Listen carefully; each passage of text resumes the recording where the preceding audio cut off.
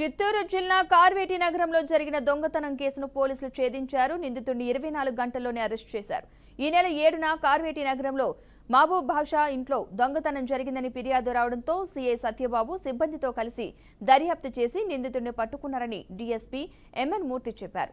జాఫర్ అనే వ్యక్తిపై అనుమానంతో నిఘా పెట్టి విచారించగా నేరం చేసినట్లు దర్యాప్తులో తేలిందన్నారు. నిందితుడి నుంచి 5,40,000 రూపాయల నగదు, భారీగా వెండి, బంగారం స్వాధీనం చేసుకుని నేరస్తుడిని రిమాండ్కు తరలించినట్లు వారు తెలిపారు. 24 గంటల్లోనే కేసును ఛేదించిన సీఐ సత్యబాబు వారి సిబ్బందిని జిల్లా ఎస్పీ అభినందించారని డీఎస్పీ మూర్తి వివరించారు.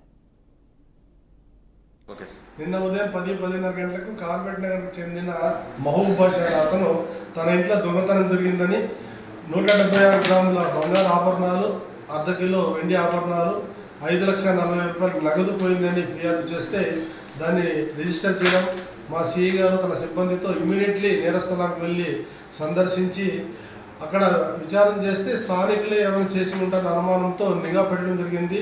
టెక్నాలజీని ఉపయోగించుకొని వితిన్ 24 అవర్స్లో దొంగను పట్టుకోవడం జరిగింది. జాఫర్ అనే అతన్ని ఇంటరాగేట్ చేయగా ఫిర్యాదులో ఏవైతే పోయిన వస్తువులు అన్నింటినీ కూడా రికవరీ చేయడం జరిగింది. జాఫర్ని రిమాండ్కి పంపడం జరుగుతున్నది.